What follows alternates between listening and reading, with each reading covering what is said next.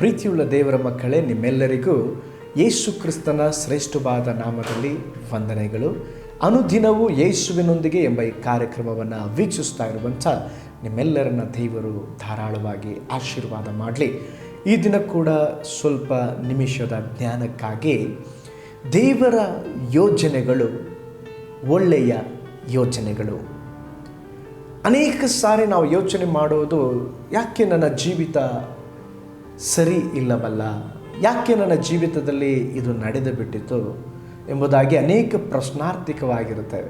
ಆದರೆ ಬೈಬಲಲ್ಲಿ ಒಂದು ವಾಕ್ಯ ಬಹಳ ಸುಂದರವಾಗಿದೆ. ಯೆರೆಮೀಯನ ಗ್ರಂಥ 29:11 ವಾಕ್ಯ, ನಿರೀಕ್ಷೆ ಇರಲಿ ಎಂದು ನಾನು ನಿಮ್ಮ ವಿಷಯದಲ್ಲಿ ಮಾಡಿಕೊಳ್ಳುತ್ತಿರುವ ಆಲೋಚನೆಗಳನ್ನು ಬಲ್ಲೆನು, ಅವು ಅಹಿತದ ಯೋಚನೆಗಳಲ್ಲ, ಹಿತದ ಯೋಚನೆಗಳೇ. ದೇವರು ಇಸ್ರಾಯೇಲ್ ಜನರ ಕುರಿತಾಗಿ ಹೇಳುವಂಥ ಒಂದು ವಾಕ್ಯ ಭಾಗ ಇದಾಗಿದೆ. ಇಸ್ರಾಯೇಲ್ ಜನರು ಬ್ಯಾಬಿಲೋನ್ ದೇಶದಲ್ಲಿದ್ದಾರೆ, ಸೆರೆವಾಸದಲ್ಲಿದ್ದಾರೆ, ಜೀವಿತದಲ್ಲಿ ಒಂದು ಬಿಡುಗಡೆ ಇಲ್ಲದೆ ಒಂದು ದಾಸತ್ವದಲ್ಲಿ, ಒಂದು ಗುಲಾಮದಲ್ಲಿ ಇದ್ದಾರೆ. ಆದರೆ ಅವರಿಗೆ ಯಾವ ನಿರೀಕ್ಷೆಯೇ ಇಲ್ಲ. ಏಕೆಂತ ಹೇಳಿದ್ರೆ, ನಿರೀಕ್ಷೆ ಇತ್ತು, ಆ ನಿರೀಕ್ಷೆಗಳೆಲ್ಲ ಗತಿಸಿ ಹೋಗ್ಬಿಟ್ಟಿದೆ. ಈಗ ದೇವರು ಪ್ರವಾದಿಯ ಮುಖಾಂತರವಾಗಿ ಹೇಳ್ತಾ ಇದ್ದಾರೆ, ದೇವ ಮಕ್ಕಳೇ, ನಿಮಗೊಂದು ನಿರೀಕ್ಷೆ ಇರಲಿ. ಅವರು ನಿರೀಕ್ಷೆ ಕಳ್ಕೊಂಡಿದ್ದಾರೆ. ಆದರೆ ದೇವರು ಹೇಳ್ತಾ ಇದ್ದಾರೆ, ನಿಮಗೆ ನಿರೀಕ್ಷೆ ಇರಲಿ, ನಾನು ನಿಮ್ಮ ಕುರಿತಾಗಿ ಹಾಕಿರುವಂಥ ಪ್ಲ್ಯಾನ್ಗಳೆಲ್ಲ ಇದೆ ಅಲ್ವಾ, ಅದು ಒಳ್ಳೆ ಪ್ಲ್ಯಾನ್ಗಳು. ಕೆಲವು ಸಾರಿ ಲೈಫ್ ಸ್ಮೂತಾಗಿ ಹೋಗ್ತಾ ಇರೋದಾದರೆ ನಾವು ತಿಳ್ಕೊಳ್ತೇವೆ, ನಮ್ಮ ಲೈಫ್ ಚೆನ್ನಾಗಿದೆ, ದೇವ್ರ ಪ್ಲ್ಯಾನಲ್ಲೇ ಇದ್ದೇವೆ.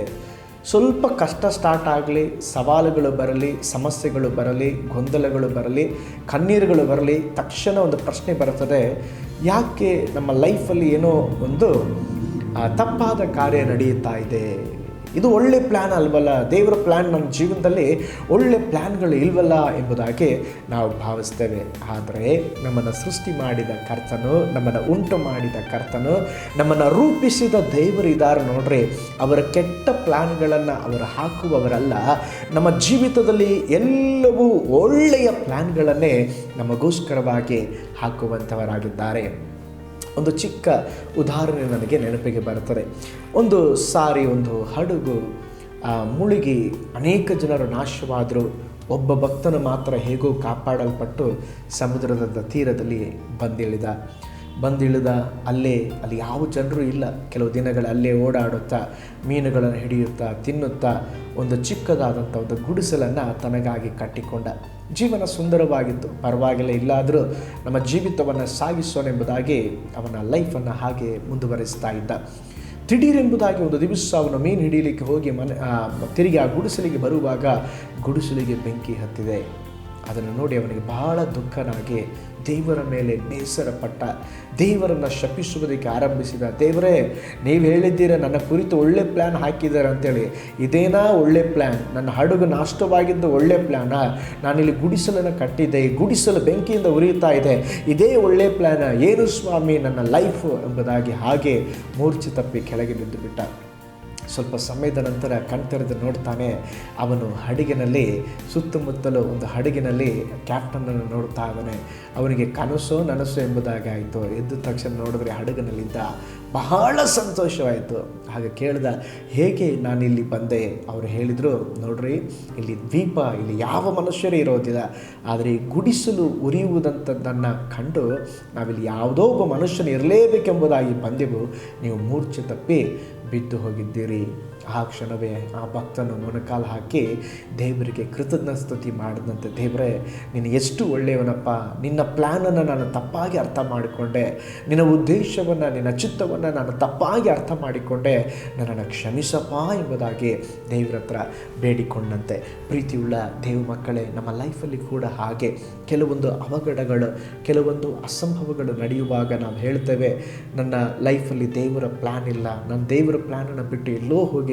ಇಲ್ಲ ದೇವರ ಮಕ್ಕಳೇ, ನೀವು ದೇವರ ಪ್ಲ್ಯಾನಲ್ಲೇ ಇದ್ದೀರಾ, ನೀವು ದೇವರ ದೃಷ್ಟಿಯಲ್ಲೇ ಇದ್ದೀರಾ. ದೇವರು ನಿಮ್ಮ ಕುರಿತಾಗಿ ಒಂದು ಒಳ್ಳೆಯ ಪ್ಲ್ಯಾನನ್ನು ದೇವರು ನಿಮಗೆ ಇಟ್ಟಿದ್ದಾರೆ. ದೇವರ ಹಸ್ತ ನಿಮ್ಮ ಮೇಲಿದೆ, ನಿಮ್ಮ ಮಕ್ಕಳ ಮೇಲೆ. ಕೆಲವು ಸಾರಿ ತಾಯಂದರೆ ನೀವು ಚಿಂತೆ ಪಡಬೇಡ್ರಿ, ಅಯ್ಯೋ ನನ್ನ ಮಗಳ ಜೊತೆ ಕಲಿತವರೆಲ್ಲ ಮದುವೆ ಆಗಿಬಿಟ್ಟಿದೆ, ನನ್ನ ಮಗಳಿಗೆ ಮಾತ್ರ ಮದುವೆಯಾಗಿಲ್ಲ, ನನ್ನ ಮಗನಿಗೆ ಮಾತ್ರ ಮದುವೆಯಾಗಿಲ್ಲ, ಅಯ್ಯೋ ನಮ್ಮ ದೇವರ ಪ್ಲ್ಯಾನ್ ಏನೋ ತಪ್ಪಾಗಿರ್ಬೋದೆಂಬುದಾಗಿ ನೀವು ಭಾವಿಸ್ಬೋದು. ಇಲ್ಲ, ಉತ್ತಮವಾದದ್ದು ನಿಮಗೆ ಬರಲಿಕ್ಕಿದೆ, ಅತ್ಯುತ್ತಮವಾದದ್ದನ್ನು ದೇವರು ನಿಮಗೆ ಕೊಡಲಿಕ್ಕಿದ್ದಾರೆ. ಆದ್ದರಿಂದ ನೀವು ಭಯಪಡಬೇಡ್ರಿ, ನೀವು ದೇವರ ಪ್ಲ್ಯಾನಲ್ಲಿ ಇದ್ದೀರಾ. ಅದಕ್ಕೆ ಯೋಬನ ಒಂದು ಒಳ್ಳೆ ಮಾತನ್ನು ಹೇಳ್ತಾನೆ.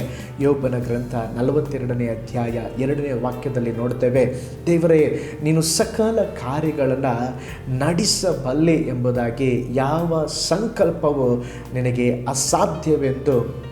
ಅಸಾಧ್ಯವಲ್ಲವೆಂದು ತಿಳಿದುಕೊಂಡು ಇದ್ದೇನೆ. ಹೌದು ಪ್ರಿಯರೇ, ನಮ್ಮ ದೇವರಿಗೆ ಅಸಾಧ್ಯವಾದದ್ದು ಯಾವುದೂ ಇಲ್ಲ. ನಿಮ್ಮ ಕುರಿತಾಗಿ ದೇವರಿಗೆ ಒಂದು ಒಳ್ಳೆಯ ಉದ್ದೇಶವಿದೆ, ಒಂದು ಒಳ್ಳೆಯ ಪ್ಲ್ಯಾನ್ ಇದೆ.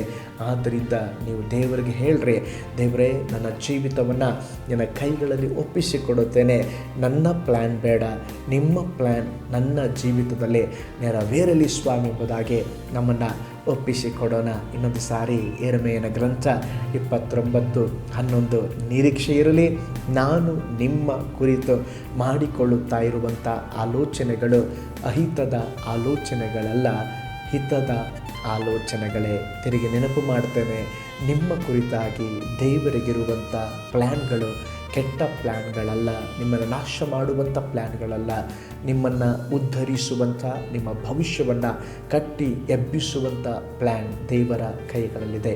ಕರ್ತನು ನಿಮ್ಮನ್ನು ಧಾರಾಳವಾಗಿ ಆಶೀರ್ವಾದ ಮಾಡಲಿ. ನಾವು ಪ್ರಾರ್ಥನೆ ಮಾಡಿಕೊಳ್ಳೋಣ, ನಮ್ಮ ಜೀವಿತವನ್ನು ಸಮರ್ಪಿಸೋಣ.